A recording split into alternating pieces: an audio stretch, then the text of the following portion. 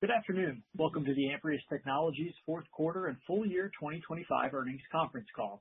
Joining us for today's presentation are the company's CEO, Tom Stepien, and CFO, Ricardo Rodriguez. At this time, all participants are in listen-only mode. Following management's remarks, we will open the call for questions. Please note that this presentation contains forward-looking statements, including, but not limited to, statements regarding our financial and business performance, our business strategy, future product development or commercialization, new customer adoption and new applications, our growth and the growth of the markets in which we operate, and the timing and ability of Amprius to expand its manufacturing capacity, scale its business, and achieve a sustainable cost structure. These statements involve known and unknown risks, uncertainties, and other important factors that may cause Amprius's results, performance, or achievements to be materially different from any future results, performance, or achievements expressed or implied in such forward-looking statements. For a more complete discussion of these risks and uncertainties, please refer to Amprius's filings with the Securities and Exchange Commission. This presentation includes a non-GAAP financial measure, which is adjusted EBITDA. This non-GAAP financial measure does not replace the presentation of Amprius's GAAP financial results and should only be used as a supplement to, not a substitute for, Amprius's financial results presented in accordance with GAAP and may not be comparable to calculations of similarly titled measures by other companies. A reconciliation of adjusted EBITDA to net loss, the most directly comparable GAAP financial measure, is included in our press release, a copy of which is filed with the SEC and posted on our website. Finally, I would like to remind everyone that this conference call is being webcasted and a recording will be made available for replay on the company's investor relations website at ir.amprius.com. In addition to the webcast, the company has posted a press release that accompanies these results, which can also be found on the investor relations website. I'll now turn the call over to Amprius Technologies CEO, Tom Stepien, for his comments. Sir, please proceed. Welcome, everyone, and thank you for joining us this morning. Let's start with slide 2. 2025 was a landmark year for Amprius. Our second-generation SiCore silicon anode batteries gained broad adoption with many unmanned aerial vehicle customers. One recent win I'd like to highlight is Nokia Drone Networks, whose commercial drone-in-a-box system is one of the most capable platforms on the market.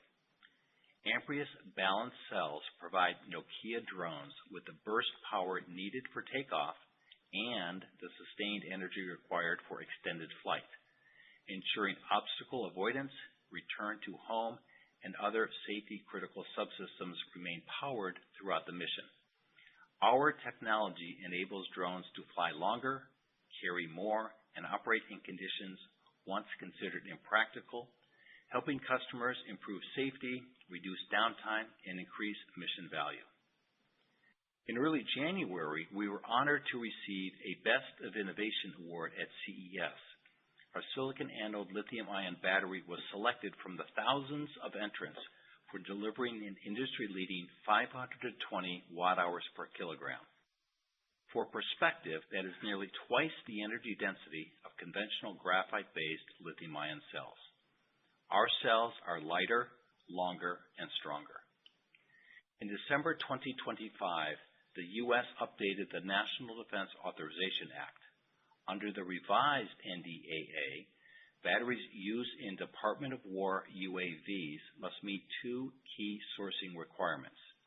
First, final battery assembly must be conducted by a non-foreign entity of concern, typically located in the United States or in an allied nation. Second, functional cell components must not be sourced from or produced by an FEOC.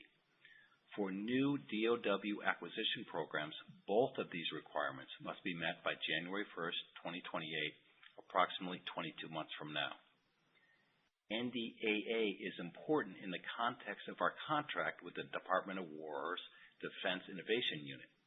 Awarded in July 2025 through a competitive solicitation from the winter of 2024, the contract was recently increased and now totals $14.8 million.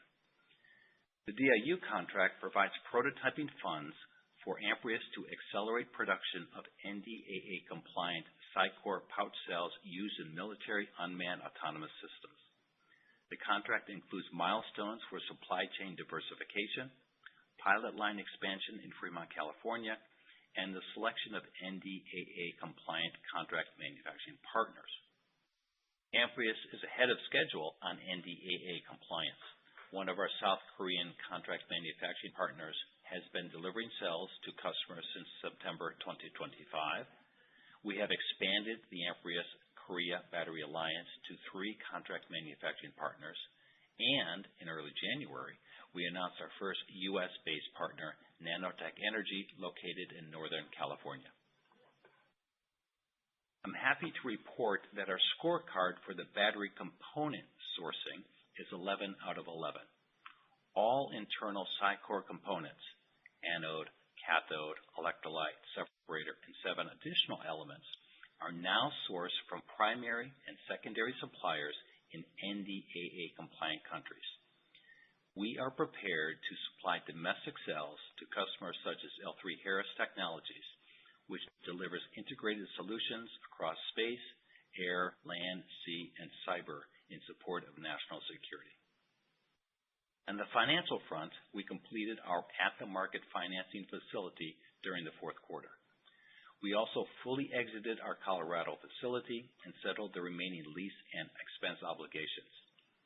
Fourth quarter revenue reached a record $25.2 million, representing an 18% quarter-over-quarter improvement and a 137% year-over-year increase. Gross margin improved to 24%, a 9 percentage point increase quarter-over-quarter, and a 45 percentage point increase year-over-year. Full year 2025 revenue reached $73 million, 3x our 2024 level. Gross margin for the year was 11%, up significantly from the -76% in 2024. Later in this call, Ricardo will share additional financial details and color. Now turning to slide 3. Amprius customers choose our batteries because they materially improve the performance of their products. By replacing standard graphite-based cells with our silicon-based cells, customer drones achieve significantly longer flight times. One way to think about our batteries is through the analogy of espresso. Espresso delivers the same amount of caffeine, energy, as a standard cup of drip coffee, but in a much smaller volume. And if you match the volume and weight of the two, espresso gives you roughly twice the energy. Drone customers tell us this consistently. Amprius batteries extend their flight time. In many cases, flight times double. Amprius espresso batteries give customers the extra energy they need to elevate system performance. We elevate without compromise. The Amprius silicon anode platform spans 22 cell designs across multiple chemistries, pouch and cylindrical formats, and a range of sizes.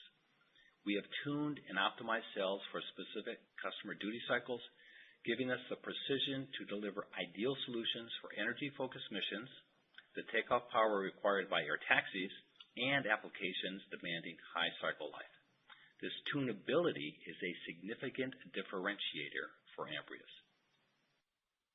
Slide 4 looks at our market segments.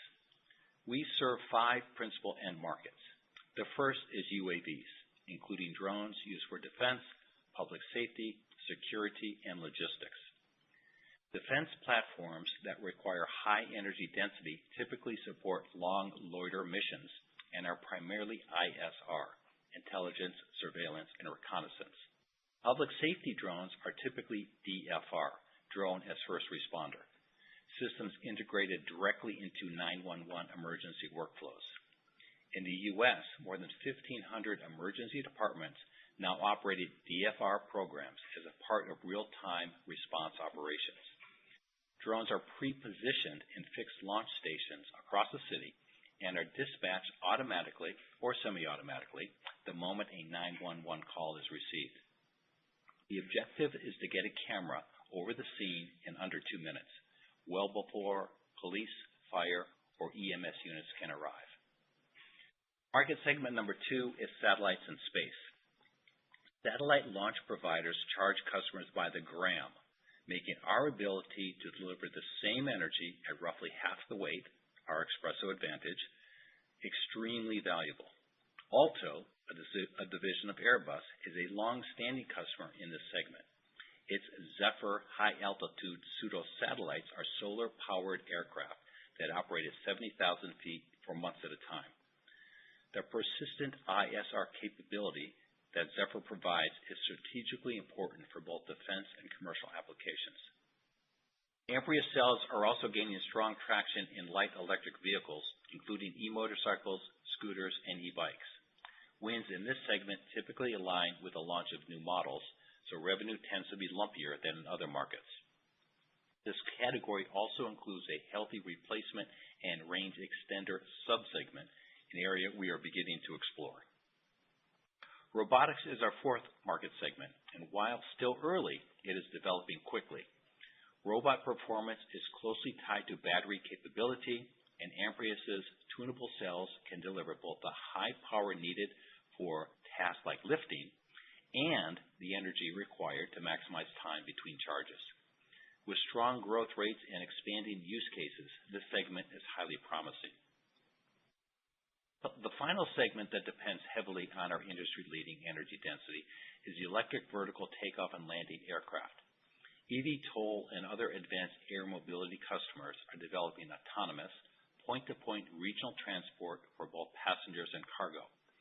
Several companies are currently testing our cells, and we have a customer-funded joint development program underway with one leading company. In this program, we are tuning our chemistry to meet the specific power and energy requirements of their aircraft. Turning to slide 5. Amprius captures customer interest through our flexibility. We work closely with customers to understand their energy, power, and cycle life requirements, then select internal components that meet those needs while aligning with country of origin constraints. Because SiCore cells are produced on standard lithium-ion equipment, we can secure early design wins from our California pilot line and seamlessly transfer cell recipes and process steps to our contract manufacturing partners as volumes scale. During Q4 2025, we introduced 3 new cells to our silicon anode platform and retired 1. The portfolio now stands at 22 designs spanning energy, power, and balance cells in both pouch and cylindrical formats.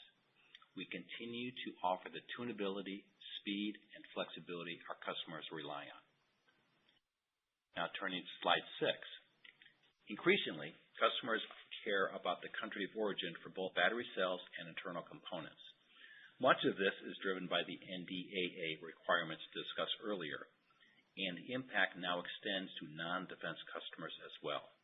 Avoiding foreign entities of concern has become a compliance mandate, not just a marketing detail.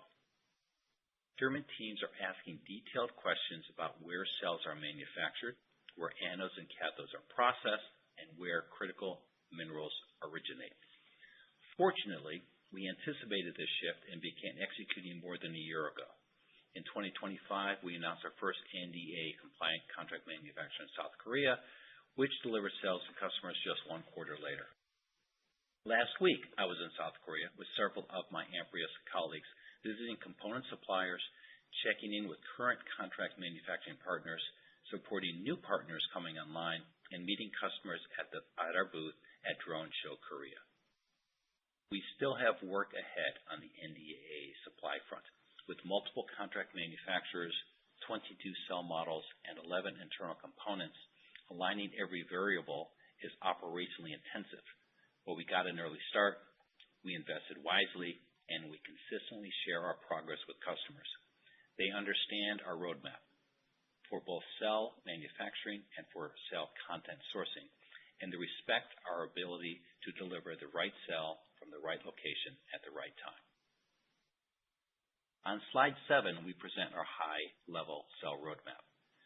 The Amprius roadmap highlights our industry-leading energy density on the vertical axis over the next 18 months.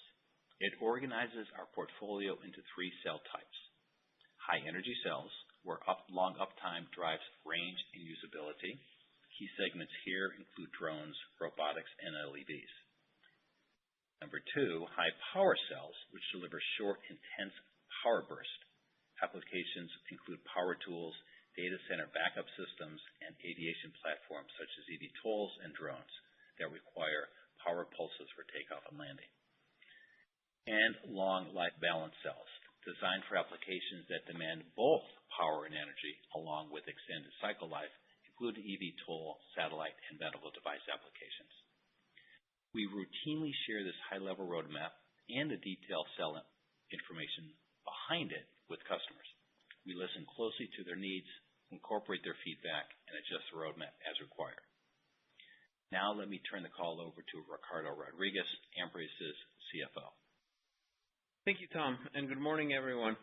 I'm very happy to be reporting another record-breaking quarter on behalf of our team starting on slide 8. In the fourth quarter of 2025, we delivered $25.2 million of revenue. This translates into 18% growth over the third quarter and is over 2.3 times higher than the same quarter last year. I'm particularly excited about crossing the $100 million annual revenue run rate mark, which positions us to deliver over $1 million of revenue per employee, joining a very selective and unique group of companies. Echoing Tom's remarks, our clearly demonstrable technical edge has continued driving demand for our products as we broaden the portfolio and expanded our capacity in close collaboration with our manufacturing partners.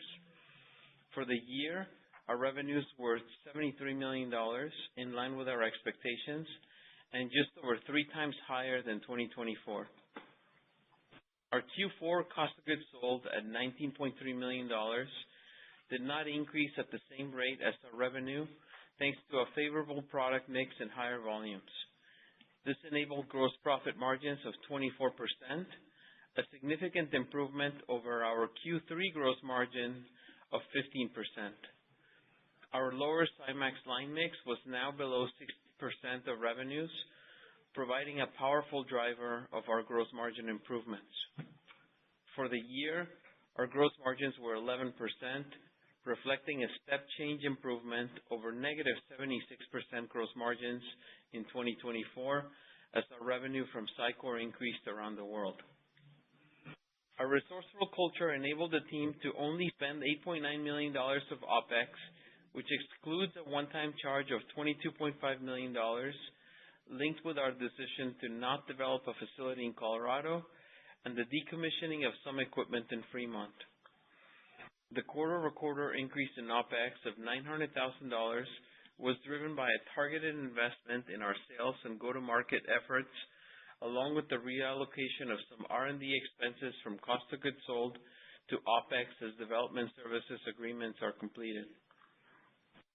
These expenses, including the one-time charge of $22.5 million that I mentioned earlier, bring our Q4 operating loss to $25.4 million, compared to an operating loss of $4.7 million in the prior quarter. Without the one-time charge, our operating loss would have been $2.9 million, which would have reduced our operating loss by 37% quarter over quarter. Similar dynamic applies to our annual operating loss of $46.6 million, which would have been $24.1 million without the same one-time charge, and the 48% reduction of the operating loss of $46.2 million from 2024. Our GAAP net loss for the third quarter was $24.3 million, or negative 18 cents per share, based on 132.1 million weighted average shares outstanding. Without the one-time charge, our loss would have been only $1.9 million, or 1 cent per share. In Q4, we recorded adjusted EBITDA of $1.8 million compared to negative $1.4 million in the prior quarter. With a $1.6 million in operating costs from Colorado, we would have actually had positive adjusted EBITDA of $177,000 in Q3 of 2025.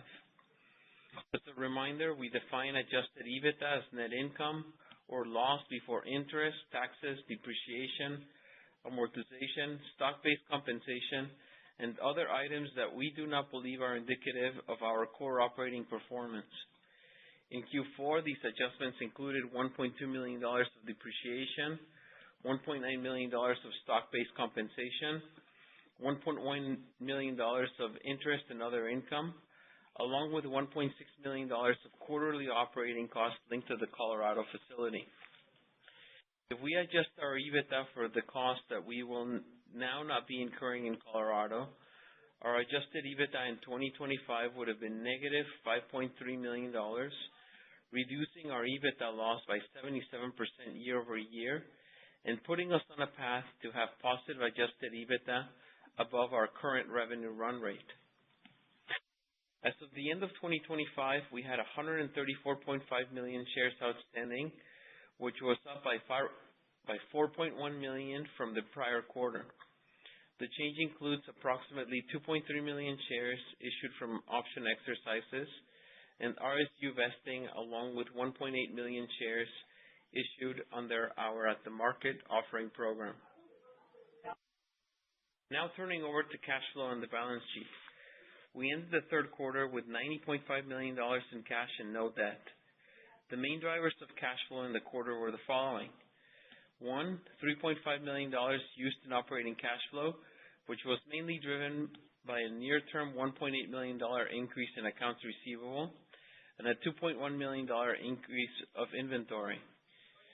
Two, $2.4 million of Q4 investments that are being funded by the Defense Innovation Unit, or DIU, as part of our project to stand up NDAA-compliant pilot and manufacturing lines. This brought our total CapEx in 2025 to $4.4 million. And lastly, $23.1 million from financing activities, consisting of $19.6 million from the issuance of common stock under our at-the-market sales agreement, and $3.5 million of proceeds from warrants and option exercises. As we announced on January 12th, we have now terminated our at-the-market offering program. Before I turn the call back to Tom, I'd like to take a moment to frame out our outlook for 2026 and the North Star beyond that, using slide 9 as the backdrop. With what we know today, we believe that by leveraging our platform and existing relationships, we can deliver at least $125 million of revenue in 2026, which would enable us to have our first full year of adjusted positive EBITDA of at least $4 million. This baseline level of profitability would translate into a net loss of $8 million for the year, or 6 cents per share, assuming 134.5 million shares. When we say at least, we mean that we believe that while we're positioned to deliver additional upside, we would rather size this incremental opportunity as it happens than commit to delivering it as we work our way through what can be a great year for Amprius. Our CapEx for the year will be less than $10 million, as we have made a decision to strategically invest in diversifying our supply chain and expanding manufacturing capacity within our Fremont facility to include electrode manufacturing. As noted earlier, we're doing this in collaboration with the U.S. Government Defense Innovation Unit and have secured a contract for $14.8 million. With what we know today, we expect this funding to cover most of our capital investment of the next several quarters as we work to develop a growing and resilient source of supply in a dynamic trade environment. Last month, alongside the announcement of our agreement to produce cells with Nanotech Energy in the U.S., we also reported that we eliminated a lease and related expense obligation of over $110 million in Colorado by settling it for $20 million. As a result, you can expect our cash position in Q1 to decrease by that amount, along with the reduction of $13.4 million in right-of-use assets and the $33.2 million reduction in near-term liabilities in our balance sheet. In forecasting our cash burn, we believe that our current revenue level and even slight improvements from these can put us on a path to mainly consuming cash for working capital versus funding operating expenses in the near term. Looking further ahead, we believe that as we work through 2026, it will become increasingly clear that our plans to build an efficiently scaled multi-market leader that sets the technical pace in high energy and density power cells are realistic. As we close out the decade, we are targeting making the most of over $600 million of contracted capacity by enabling our customers' most mission-critical duty cycles and positioning us to deliver over 30% gross margins. By maintaining our resourceful culture and low-cost structure, we can then translate that into at least 20% EBITDA margins. Most importantly, the capabilities in go-to-market, product development, quality assurance, and enabling scale that we'd have by then would position us for additional growth beyond 2030. That opportunity has our team energized and motivated to work together to meet and hopefully even surpass these goals by improving ourselves and how we work. And with that, I'm happy to turn the call over back to Tom for his closing remarks. Thank you very much for your attention and continued support. 2025 was a very strong year. We delivered consistent quarter-over-quarter revenue growth, expanded our customer base to more than 550, demonstrated state-of-the-art technical performance, and achieved 3 consecutive quarters of positive and growing gross margin. The lithium-ion battery market is intensely competitive, and we embrace those challenges. In 2026, we remain focused on delivering next-generation silicon anode performance that raises the bar for energy density and sustained power without compromising safety or reliability. We are equally committed to meeting the cell manufacturing and content country of origin requirements our customers expect. We will broaden our product portfolio to unlock new market opportunities and convert a growing number of customer engagements into formal qualifications and deployments, particularly across mobility-centric platforms. We are starting 2026 in a financially clean position, having completed our ATM program, fully exited the Colorado facility, and transitioned all legacy SiMax Generation 1 customers to our Generation 2 SiCore platform. We are incredibly bullish by the opportunities in front of us. We look forward to meeting and reconnecting with many of you as we participate in a number of upcoming investor conferences. Thank you for your continued interest and support of Amprius. With that, I will turn it back to the operator for questions. Thank you. We'll now be conducting a question and answer session. We ask you please limit yourself to one question and one follow-up. If you'd like to ask a question at this time, please press star 1 on your telephone keypad, and a confirmation tone will indicate your line is in the question queue. You may press star 2 if you'd like to remove your question from the queue. For participants using speaker equipment, it may be necessary to pick up your handset before pressing the star keys. One moment, please, for our first question. Thank you. The first question is coming from the line of Eric Stine with Craig-Hallum. Please proceed with your question. Hi, Tom. Hi, Ricardo. Hey, Eric. It's great to have you here for the first time with us. Yeah, good morning. So curious, maybe if we could start just with the selection of the 11 components. I mean, obviously a quite significant step, but just curious, you talked about it a little bit, Tom, but just maybe a little bit more in depth about what you need to do now, what some of the milestones might be in 2026. Obviously, you've got a head start, but those steps as you work towards gaining that full compliance, and I would assume you're trying to do that well in advance of the Jan 1, 28 date. Yeah, good question. So we have technically selected anode cathode electrolyte separator and that make up the internals of our battery and give us the performance that we talked about. We have primary vendors and secondary vendors. It went through a pretty rigorous testing process. This all started with the DIU project back when it started in July 2025. So we've had 6-8 months to turn the knobs here. So we're happy with the performance of the cells with the different internal components.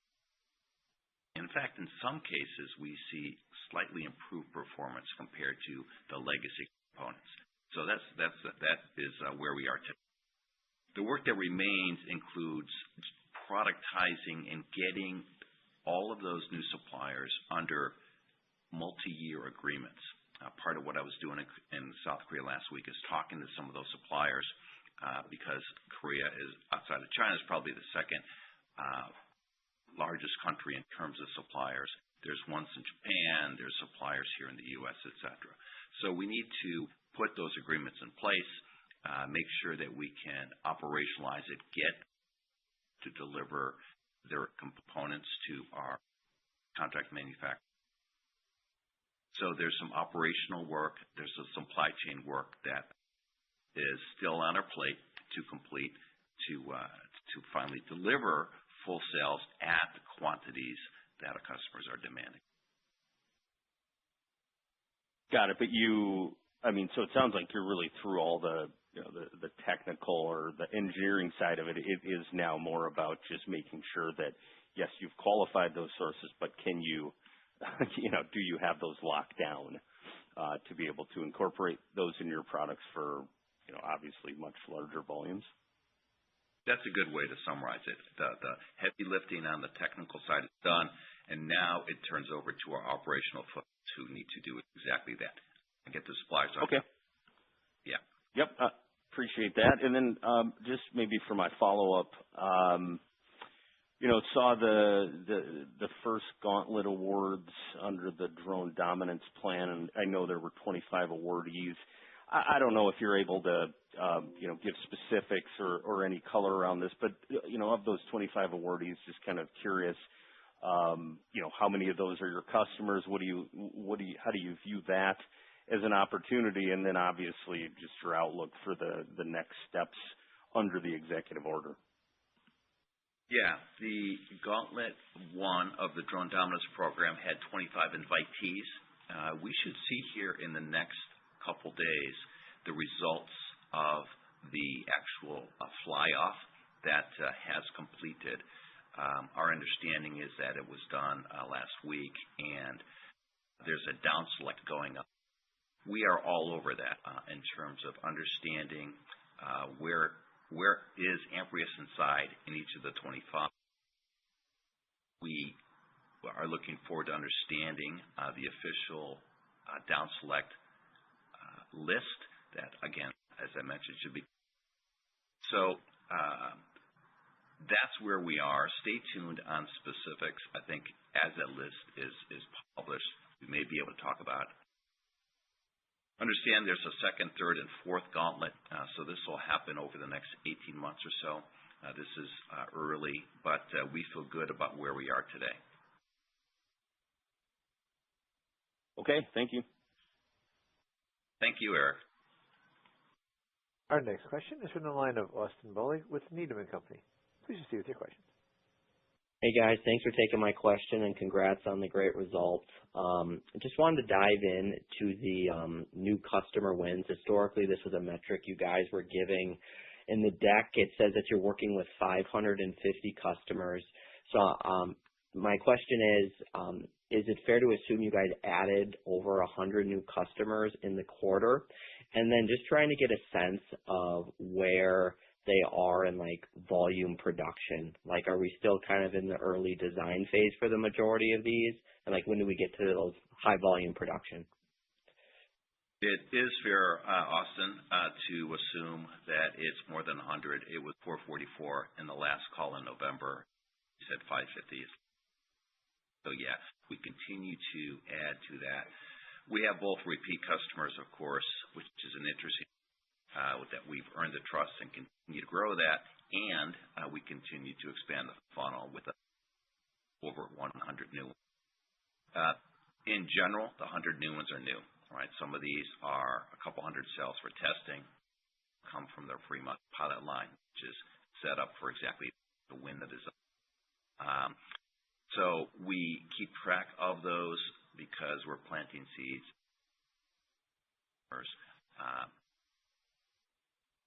The average PO, we looked at that just the other day. The average PO during Q4 increased relative to Q4. Customers are purchasing larger volumes of that, but it is still early days here in terms of trying to provide some.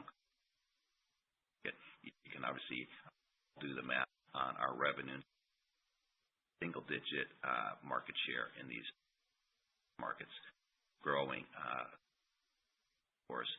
So it's early. We have a lot of work to do to capture what we believe is our fair share given our tech. Okay. Thank you for that. And I guess just one quick follow-up, just looking at your guys' guidance and kind of like what's baked in from like a geographic perspective. Historically, Europe or international has been the main driver. Could you just kind of dive into kind of what's baked into that, like what we should be expecting from a regional perspective? Yeah, sure, Austin. We see a continuation of the same trends that we saw, especially in Q3 and Q4. And are really waiting to see where the U.S. comes out in terms of enabling us to deliver additional upside. So frankly, within the guide, we expect our mix to look pretty similar to where we were in Q2, Q3 of last year. All right. Well, thank you guys, and best of luck for the rest of the year. Thanks. Awesome. Thank you. Our next question comes from the line of Mark Shooter with William Blair. Please proceed with your question. Hey, Tom and Ricardo. Congrats on the great progress in 2025. Thank you. Thanks. Question about some recent geopolitics. The war in Iran, we're starting to see the U.S. drone warfare capabilities. But at the same time, we're starting to see some strain in the munition stockpiles. So I'm wondering, in the past 6 days, have you had any increased urgency from any U.S. military, DoW, defense contractors, or are they looking for you to ship more batteries yesterday? Yeah. Over the weekend, we actually had one customer who themselves have a reconnaissance drone, tends to fly for hours and days at a time, that was a little bit on hold, that is getting a pull themselves, which creates a pull for us. And that's where this pilot line we have here, where Ricardo and I are in Fremont, and quickly do a student body right. Okay, let's make those in this 108 cells, deliver them quickly, i.e., in a couple weeks to that. So we're seeing some of that. It's hard to talk about more than that, just a single customer, but that is one data point to share. There's also a dynamic in play right now where some of the traditional interception hardware is running low on inventory, and so that is pushing folks to migrate to drones as the next generation of interception hardware. So we'll see how that trend plays out here this year. That's great. I appreciate the color on both of you. You did mention the Fremont pilot line, and that brings me to my next question. The nanotech partnership we thought was a creative solution to find some capacity. But how much demand are you seeing from these super NDAA compliant customers where they need U.S. manufacturing? And are you looking to find more creative solutions, like a partnership with another nanotech, or do you think that the pilot line that you're increasing capacity in Fremont with the DIU investment will provide enough capacity later this year? Yeah. The pilot line is well named because it's primarily to win initial designs, and once there's a volume that's a couple thousand cells, that's when we transfer to one of our partners. Nanotech helps us on cylindrical cells, and we're getting a really strong pull. I was at December as they had DA changes. They're okay with some of the cells they're getting today from the countries and content today, but they really want to understand the when. We mentioned that earlier. So we share with them the roadmap. Hey, here's when we're really going to have volume from either nanotech or others. And there will be more coming. That's clear. The pull is there. This will balance out in a couple of years. And some of our customers are insensitive to this. So great. We have a really strong existing set of partners. Some are not comfortable with that setup, and Korea is serving that. As I mentioned, as we know, we are sales from Korea today, and some must have U.S. So it'll balance out maybe a third in a couple of years, grading that transition. Thanks, Tom. Thank you, Mark. Our next question comes from the line of Colin Rusch with Oppenheimer. Please proceed with your question. Thanks so much, guys. Tom, I'd love to get a better understanding of what's happening here within the technology roadmap. Are these fundamental changes in some of the electrolyte and binder technologies or any of the separator technologies as you move towards these higher performance cells? And how mature is the testing process to give you comfort that you'll be able to execute on these over the next 18 to 24 months? Yeah, thanks. Let's go inside the battery a bit. So the anode, we believe, with our silicon design, which took us a little while to get right, we think is pretty strong.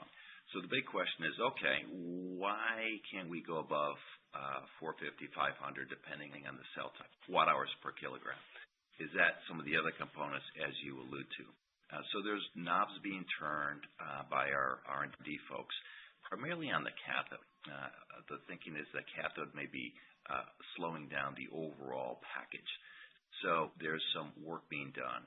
We had a board meeting yesterday and shared our goals to the board on specifics related to, and it's very focused on proving that. We're big believers. You get what you measure. We are measuring our energy density. Here inside, we are R&D focus on that. On the testing part, we feel pretty good. We got a pretty robust system here at the small scale, right? The manual scale. E&L and D folks are turning. And then as these 30 different tools arrive, funded by the Defense Unit, that's getting strong. So we feel pretty good about that. Stay tuned. We all want to make the goals that we set up here internally, of course, and we'll be able to report out that as we achieve some success. Thanks so much, guys. And then the follow-up here is really around the 2030 guidance. The performance that you're talking about here from a technology perspective is just fundamentally advantaged and looks defensible in a pretty material way.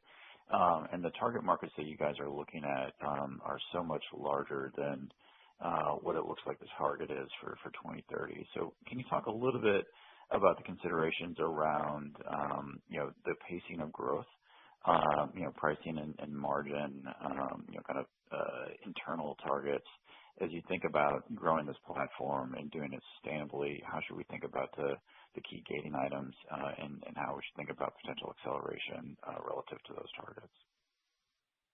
Yeah, Colin. So again, I think this all really just starts with the technical performance that we're able to deliver. So in our view, if we deliver everything that's there on slide 7 and the markets grow, maybe not even to the full extent, but half of what we have on slide 4, when we look at some of the main drivers. And as we were looking at the markets, one element that people forget about this is that there's a bit of a replacement dynamic within some of these end applications. And then it really comes down to us leveraging the capacity that we've contracted, having that capacity in the right place so that we can deliver the right cell at the right time from the right place. And yeah, when we look at it, I agree with you. I think we can. That's why we have $600 million plus. We'll find out over time what capacity is needed in 2030. But with the way we're looking at the world today, I think this is, as you mentioned, pretty achievable. Thanks so much, guys. Absolutely. Thank you, Colin. The next question comes from the line of Ryan Pfingst with B. Riley Securities. Please proceed with your questions. Hey, good morning, guys. Thanks for taking my questions. Hey, Ricardo. Tom, you mentioned market share earlier. Could you frame how you're thinking about your aviation market share today, maybe for drones globally, or if you could get more specific within military drones or advanced drones? Yeah. Thanks, Ryan. It's, as we have said, it's single digits. These markets are large and growing. We have updated, and you see that on slide 4, our understanding, put that also into our 10-K. We're trying to really double-click on that for some of the specifics you asked.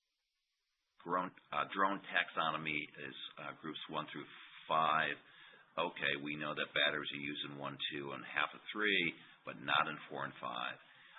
How much of that is industrial versus defense? What's going on DFR drone? We have not yet found a good source for that double click. We got the first click to understand as we presented, but our goal is to have more definition that we can have both internally and share externally. We've started. We have a good third party who's helping pull that together. But it's so early and it's changing so fast, right? This Drone Dominance program, the U.S. has admitted that, hey, we got to catch up. So what we have today is what we can share. We're not holding anything back, but we are certainly trying to get smarter and understand that better. And Ryan, I mean, I think the point that we're trying to drive here is that our share depends on how you sub-segment the market. In some cases, our batteries basically enable the duty cycle, right? By the time you power the drone, a camera, a gimbal, a radar, multiple sensors, you wonder how there's energy left in the battery to still make the drone fly a couple miles away. And so we're seeing our share be pretty high on those drones that have a lot of other power draining devices, while those more inexpensive drones, some of them are frankly using remote control car batteries, and therefore that's not a market for us to play in, even though the volumes are pretty high. So we do believe, just through process of elimination of the folks who aren't yet customers, that we are positioned to do very, very well in that high power, high energy draw drones, which tend to be the larger ones that are used for surveillance or more complex missions. Got it. I appreciate that detail. And then just to follow up on guidance, could you give more detail around what's baked into the baseline revenue estimate, maybe what needs to happen to exceed it, and what your revenue capacity is roughly today? Yeah, I'll answer it sort of in reverse order. So our capacity can definitely deliver the guidance, and we've got plenty of headroom above it.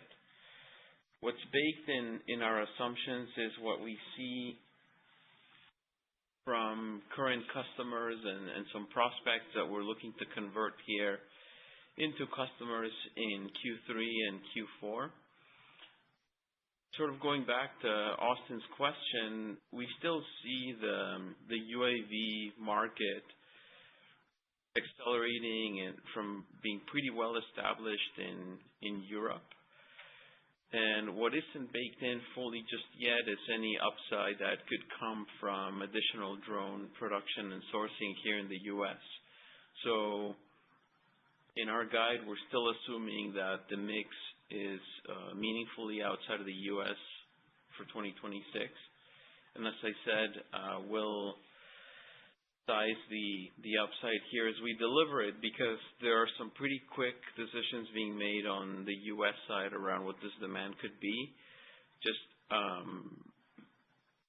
alongside some of the calls that we got here this weekend and have been getting this week, we do see this evolving favorably from a demand perspective, but sizing it. We want to size it with POs, not with some loose idea of what the pipeline is. Great. Appreciate it, guys. I'll turn it back. Thank you. The next question is on the line of Ted Jackson with Northland Securities. Please proceed with your question. Thanks very much. I hope you can hear me. A xylophone. Yeah, we can hear you, Ted. Loud and clear. Loud and clear. A xylophone band literally set up behind me in the airport while we're on this call, so it's really loud. I've got a lot of really nice ambient music for you. No worries. I got a couple of questions. So a real simple one. You made a comment, if I recall, that your SiMax revenue has fallen about 60% of total. And I guess where I'm going, and that you've transitioned your Gen 1 SiMax customers to Gen 2 SiCore. So I guess my question is what was the mix of revenue SiMax to SiCore coming into the year? What was it coming out? Where do you see it at the end of 26? At the end of 26, we see it at 0. And coming in, it was about 25%. Okay.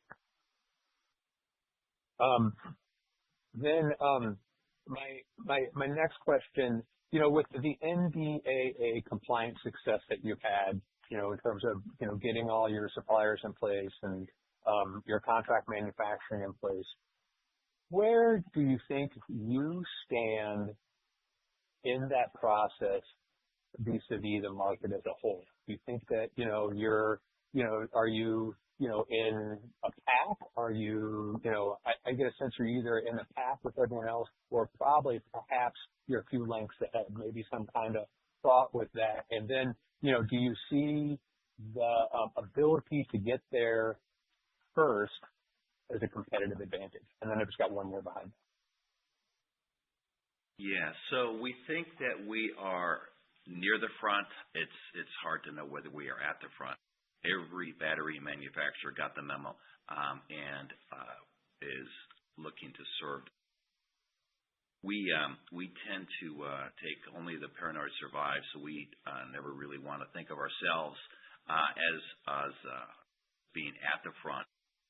We are happy with our industry-leading advantages. We're working hard. We got work to do for sure. As I mentioned, there's more announcing here.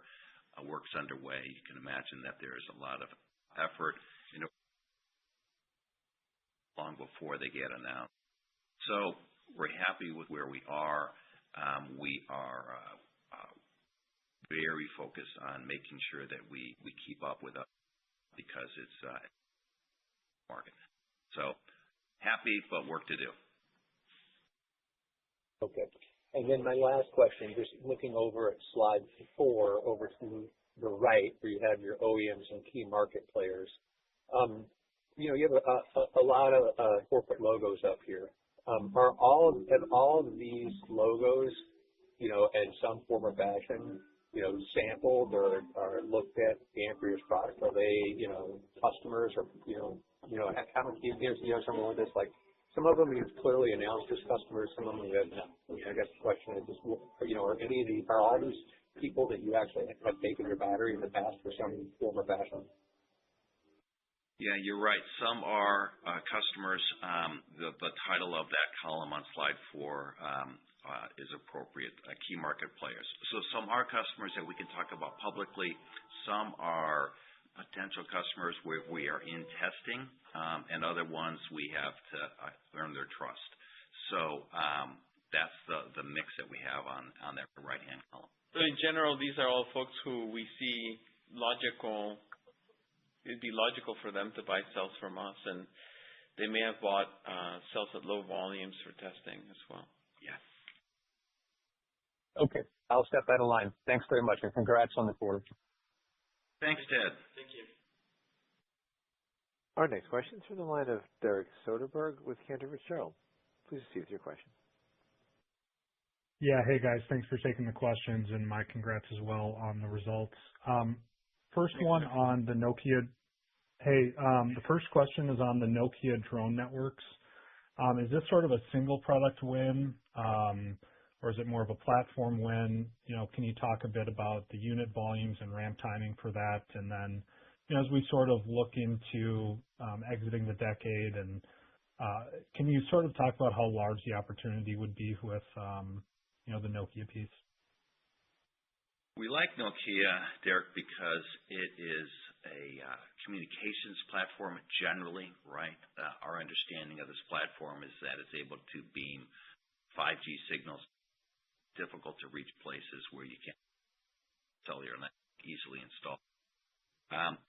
It is a platform. There are, if you talk to the Nokia guys, a lot of work that they have planned in the future, and they have their roadmap, of course.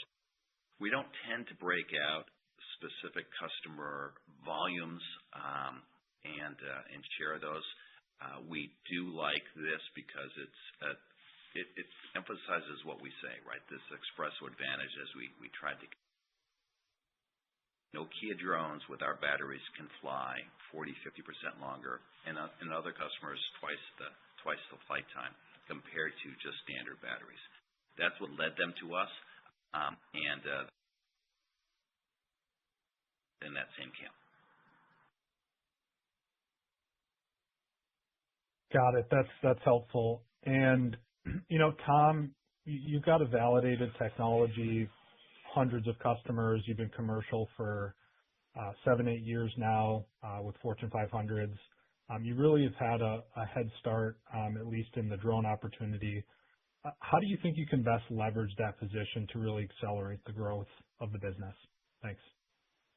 Yeah, it's about execution on the operational side for sure, to get the customers what they want when they want it, and again from the right place. We're also investing into the customer facing side of the house. We've added to our sales team. We have a pack partner program that is embryonic but growing. Some of our sales go directly to the folks who make crafts, products that fly or roll or walk around like robots do. Others go through pack houses, and those packs then go into those end-use products. So we're investing there for sure. We're investing on some of our internal processes. We want to be able to meet and exceed this demand that we see coming. Super helpful. Thanks, guys. Thank you. Our next question is in the line of Chip Moore with Roth Capital. Please proceed with your question. Hey, good morning. Thanks for taking the question. Hey, Chip. Morning. Hey, Ricardo, I want to follow up. Actually, you brought up a good point on the replacement dynamic for batteries. Have you done any sort of analysis on what replacement can become as some of these markets mature? Understanding that they're still, some of them are still pretty nascent, but where do you think that can go over time? I think it can be pretty meaningful depending on the market. In eVTOLs, it could very well be even more than the initial install volume if these things are almost the same way. If you look at jet engine manufacturers in planes today, the maintenance and the replacement of parts within those jet engines make the Rolls-Royces of the world more money than selling the jet engine the first time. And that's a dynamic that you obviously don't see in EVs, because you hopefully don't have to replace the battery of it. You just replace the whole car. But in UAVs and robotics and eVTOLs, we are seeing a little bit of a razor blade dynamic, right, where the replacement market could be even larger than the initial sale market. And so, of course, depending on what assumptions you have for that, you end up with completely different market sizing. And there's also a lot of work that can be done here to develop a standardized battery pack. And so this is something that we think about pretty frequently. We're looking for the right way to frame this out for the industry so that we don't have customers pulling in different directions when the duty cycle and the requirements are pretty clear, and where we can drive meaningful convergence. Yeah, no, that's helpful, Ricardo. And Maybe just for my follow-up, appreciate all the new detail in the slides. Great job. Maybe, on the market slide, on slide 4, huge opportunities. What about opportunities outside of those core markets, fast charge and discharge capabilities, data center at the rack level? There's obviously higher volume electronics. Just maybe quickly address some of the adjacencies. Yeah, we alluded to this in slide 7. There's a little picture of a data center there for the high power cells. I think Tom mentioned it in his remarks as well. That's an opportunity. Another one that we're looking at are battery packs for military applications. So the average soldier carries over 100 pounds of gear, and there are the standard battery packs that currently use standard lithium-ion cells. And of course, if we bring higher energy density, we believe that we can cut the weight of those packs in half, potentially even make them more powerful.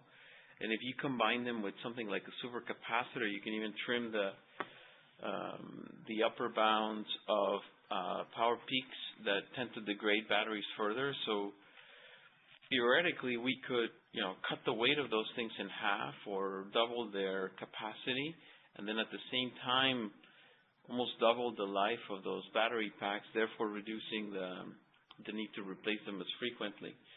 So yeah, I think outside of what we have in slide 4, high power cells for data centers are obviously a market, and then anywhere else where you're using a battery pack, particularly in military applications, looking to leverage some of the customers that we already have, those would be other ancillary opportunities. And maybe just to pile on, some of the characteristics that we show on slide 3 are inherent with the silicon platform, right? Fast charge is and oh, by the way, we also can charge a lot faster. Oh my gosh, no kidding. Oh, and also we have a wider temperature range. So we lead with our strengths, right? Our onlyness is energy density or metric density. But some of these other ones really help secure the win and secure the long-term relationships that we're building with customers.